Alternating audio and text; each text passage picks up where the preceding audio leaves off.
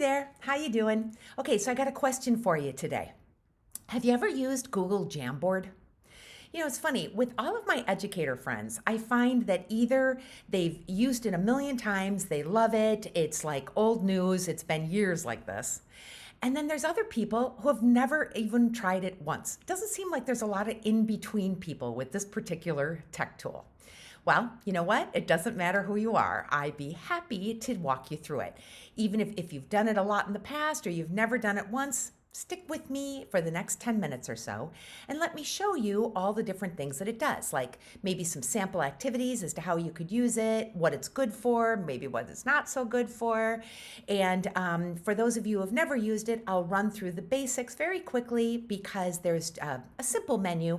I want to show you where to find the Google Jamboards and then what the menu items are so that you can quickly and easily incorporate it into your classes. Sound good? All right, so let's just jump right in. First of all, what is Google Jamboard? Well, it's simple. It is an online collaborative whiteboard. Just like a whiteboard that you would have at the front of your class or like a big bulletin board that you'd have at the front of the class where everybody is participating at the same time. It's kind of like other Google products like a Google Docs or Google Drive or something like that, that you can share it with your students. They jump on and everybody at the same time is participating on that whiteboard, right? So what can you do with it? Lots of things. You could draw on the board, write on the board. You could add little images or little shapes. Students can highlight, they can move things around the board. Like I said, it's a collaborative activity that you can do lots of different things with. As a teacher, you could organize little activities that are for like classifying or sorting or brainstorming with the whole class. You could do diagramming, solving problems together to see how everybody's doing it. Keep in mind that you could use it, just like I said, in class as a live board that everybody participates at the same time. And I'm referring to when you're in person teaching. Or it was great last year when we were all online. It's a one spot where everybody's participating and collaborating at the same time. It's an online whiteboard for when you're teaching online. It's a great meeting spot, where everybody can participate. Or maybe even now, as we go back to school in the fall, there's going to be hybrid teaching where you're going to have some kids still at home, some kids in the classroom, and this is a great way to get them all together in one spot for everybody to be participating at the exact same time. They're in class, out of class, everybody at the same time, right? So that is great. So for that reason, I think it's got a lot of possibilities, right? It's like it does a lot of things and it's good for both, like I said, in person and online.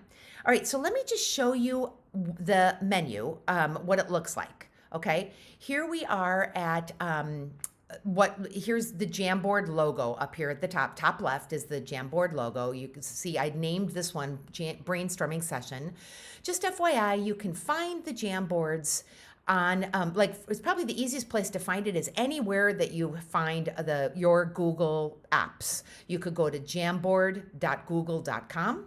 You could be in the Drive and click on New, and where you click on New Doc or New Slides or something like that. You can find the Jamboard there, or you could, when you're in any of the Google products where you find your other Google apps, you can find Jamboard. Okay, so now that you're in a Jamboard, this is the menu that you're going to see. On the left-hand side, see how there's a pen tool where you could draw or write, an eraser tool, a pointer just to click on things or to point out specific things. The sticky notes that I'm going to tell you how to use in a minute. Everybody can create a different size or color sticky note.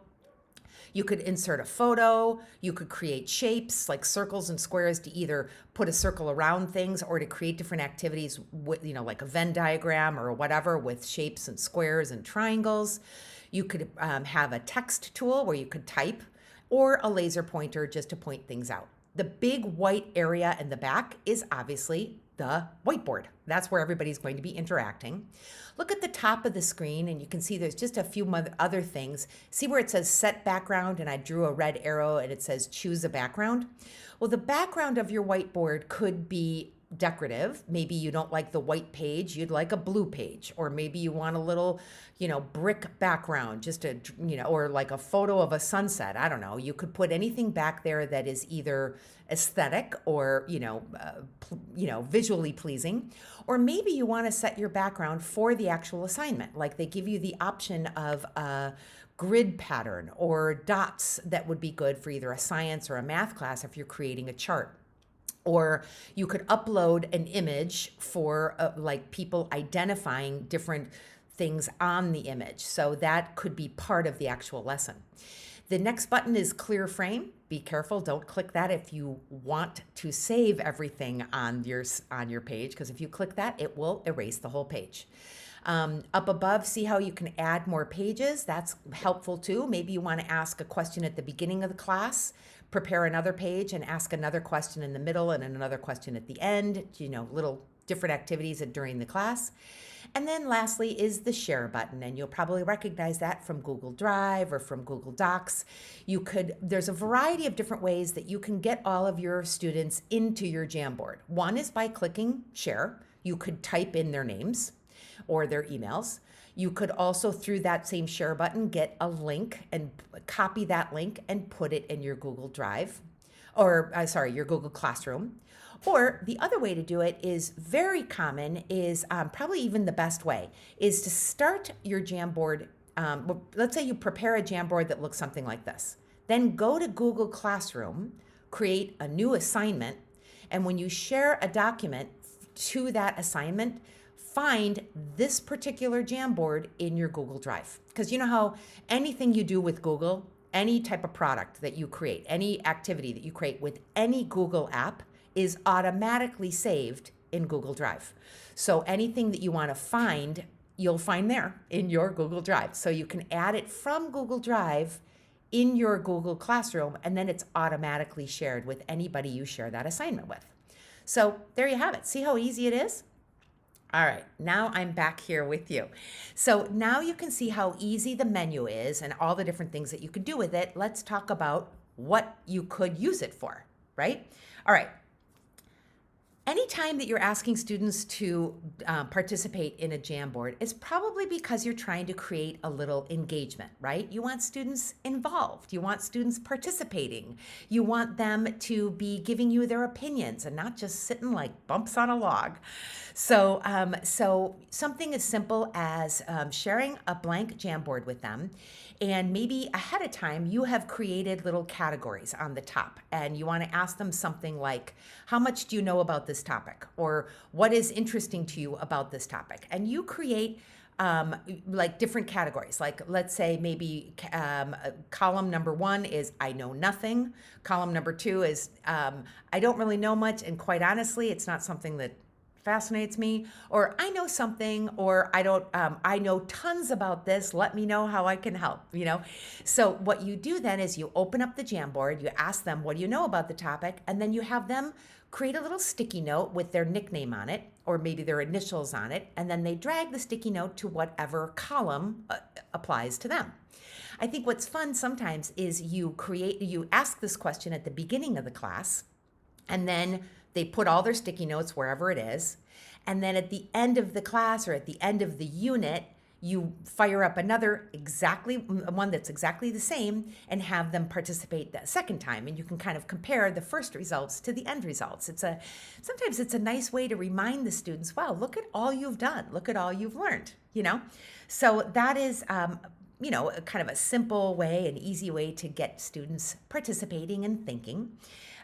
You could use it as manipulatives, like, excuse me, what about asking them whether gasoline is a solid or a gas? And again, you have them put their sticky note, or you have them draw something on the section of the Google Jamboard that represents their opinion. This could be something that you've prepared ahead of time, or something that you create right in the moment, to tell them, to have them move their little sticky note all over the page according to whether they think it's a solid or a gas, for example. What about having students sort things into categories? Maybe you have pre-prepared a bunch of sticky notes on the bottom of the board. For example, I used to teach Spanish, so I would put all different types of verb endings on the bottom of the page. And you ask them, in this particular verb, or in this particular case, or in this tense, whatever it may be, which one of the options at the bottom of the page is what you would use. And you have them drag the appropriate answers to that particular verb, or the verb that you have right there on the middle of the page. So it's more like a sorting or categories or manipulative activity to do. Now remember, whenever I say you can prepare the activity ahead of time, it doesn't always have to be you. It could be the students. You have them, maybe one student create this activity the night before, so it's ready to use for other students in class that day. Or maybe you separate your class into two different groups, and each group creates an activity, and then you switch, and the other group participates in the activity. It doesn't always have to be you. We got to take advantage of our manpower in that class, right? All right, you could do sorting into categories, sorting into nouns and adjectives. They could be like, for example, you could have a nouns and an adjective column, and they can write an example in there. It doesn't always have to be a sticky note. They could write it with the pen tool, or they could write it with the text tool. Or you could upload an image like I was showing you before. You could set the image as the background, or you could just upload an image and have a variety of images around your white background page. And on that image, you could have, let's say it's an image of a cell, or it's an image of the frog dissection, or it's an image of the map of Spain, or whatever it is that you want students to identify on the image. If you want to get real fancy, you can put arrows directly to one specific spot on the image of what they need to identify, or just have them loosely, you don't even have to do that much work. You could just have them add anything that they know about the image on the whiteboard. So maybe it's a vocabulary word. Maybe it's a specific spot in geography. Maybe it's everything you know about what this cell does, anything like that, to get them thinking, get them active, and get them participating. And what about identifying a timeline? You could set up the timeline ahead of time, and they have to put different events that have happened at different times on the timeline. What about a Venn diagram? You could create, with the circles or with the squares, you could create a Venn diagram of, things that make two concepts different and what they have in common. So what do men and women have in common, or have that make them different? What about Republicans and Democrats? What do they have in common, and what makes them different? For either of those examples, you'd need a very large Venn diagram, am I right? Exactly. Remember also tips for you about doing Google Jamboards in general. One is that you oh, sorry, I just thought of something. I was just looking at my notes. For the Venn, it doesn't have to only be a Venn diagram. What about a flow chart with those different shapes? What about a family tree with those different shapes? Or just identifying different types of shapes, for the even younger kids, circles, squares, triangles, etc. Lots of different options there. So what I was going to say was tips for this. You don't always have to do this as a whole class activity. You could set page 1 for group 1, page 2 for group 2, and that way you have a little bit smaller groups participating in each one of these activities, and then you could compare the results at the end. You could do individual, like one student prepares something and then the other student participates in it.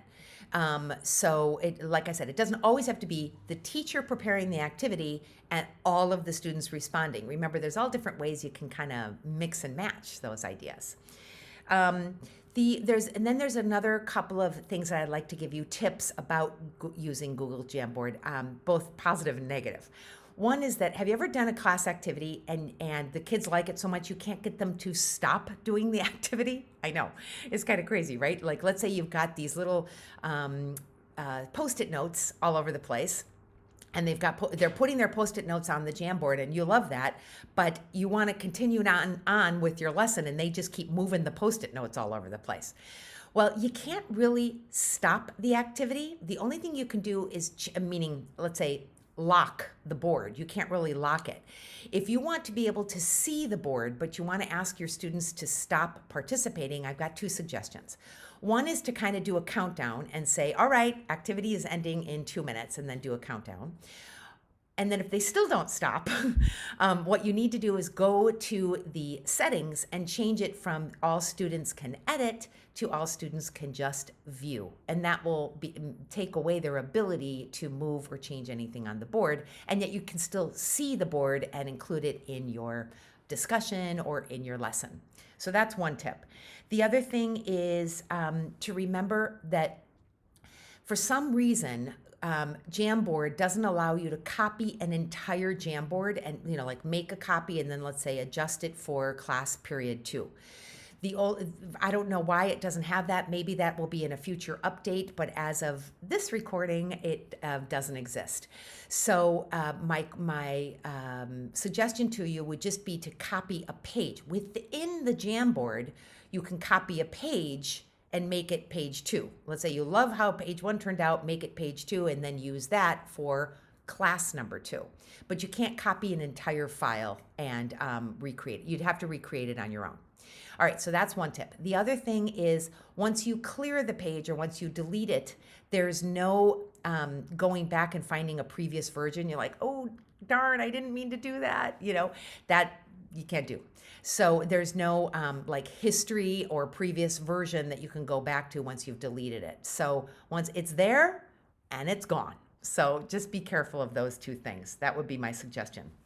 Those 3 things really to how to control the amount of time that they use the Jamboard, how to copy a page or not be able to copy the entire file. Okay, so those are my Jamboard tips. I would love anybody's comments or reactions. If you have any questions about Jamboard, please feel free to write it in the comments as we're here live online. I'd be happy to answer any questions. Or if you're watching this as a recording on YouTube, you can comment down below and I'd be more than happy to give you more ideas. I would like to point out that I have written a whole blog post on Jamboard that might be helpful for you.